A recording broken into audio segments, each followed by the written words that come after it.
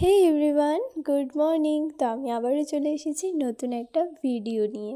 তো আজকের ভিডিওটা একটু স্পেশাল হতে চলেছে। কেন স্পেশাল হতে চলেছে সেটা তোমরা একটু পরে নিজেরাই দেখতে পাবে। আর আজকের ব্লগটা রোজকার মতো একদম সকাল থেকে শুরু করিনি, একটু লেট হয়েছিল। তো যাই হোক, আমি স্নান করার পর ফার্স্ট হচ্ছে সানস্ক্রিন দিচ্ছি, কারণ এটা হচ্ছে সবার আগে খুবই ইম্পর্টেন্ট। তারপর আমি এখানে বডি লোশন দিচ্ছি, যেটা আমি দিতে সবসময় ভুলে যাই। সবসময় মানে সবসময় আমি ভুলে যাই, আমার মনেই থাকে না কেন জানি না। আর এটাকে তাড়াতাড়ি শেষ করতে হবে, কারণ এটা অনেক দিন হয়ে গিয়েছে।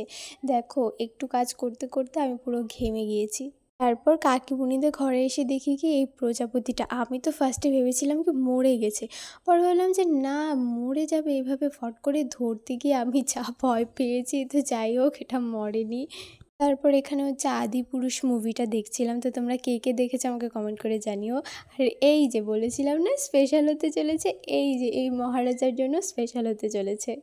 এই মহারাজা হচ্ছে বহুদিন পরে এসেছে। আর এখানে ঠাম্মি মুখ ভাঙা ছিল অনেক, মানে তোমাদের সাথে আমি লাস্ট কবে শেয়ার করেছিলাম ওর সাথে ভিডিও, আমার ঠিক মনেও নেই। তো আজ আবারও অনেক দিন পর এসেছে। বেচারা অনেক বিজি থাকে, তাই খুব একটা আসতে পারে না।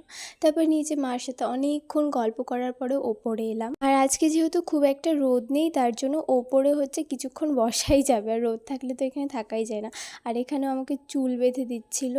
এখানে একটা ট্রেন্ডিং রিলস ছিল যে গোল গোল করে ঘুরলে না চুলটা বাঁধা হয়ে যায়, তো ওটা তো আর হলো না যেহেতু আমি ভিডিও করছিলাম। আর হচ্ছে ওর শার্টের মধ্যে ক্লিপটা রেখে ও সারা ঘর আমি ওর মিলে ক্লিপ খুঁজছি যে আমার ক্লিপ কোথায়। তারপরে দেখি ওর শার্টের মধ্যে ক্লিপ রাখা।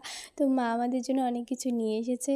আর মা হচ্ছে বানিয়েছিল হচ্ছে গাজরের হালুয়া, তারপরে ঘোল বানিয়েছিল দই দিয়ে, আর আম কেটে নিয়ে এসেছিলো। আর ও এতই খেতে ব্যস্ত ছিল যে আমি এদিকে ভিডিও করছি, ওর কোনো হদই নেই। তারপর দেখো আমি ওর হাতের সাথে আমার হাতের মাপটা দিচ্ছিলাম, কত বড় তাই না? আমার হাতটা আমার দেখলেই হাসি পায় নিজে।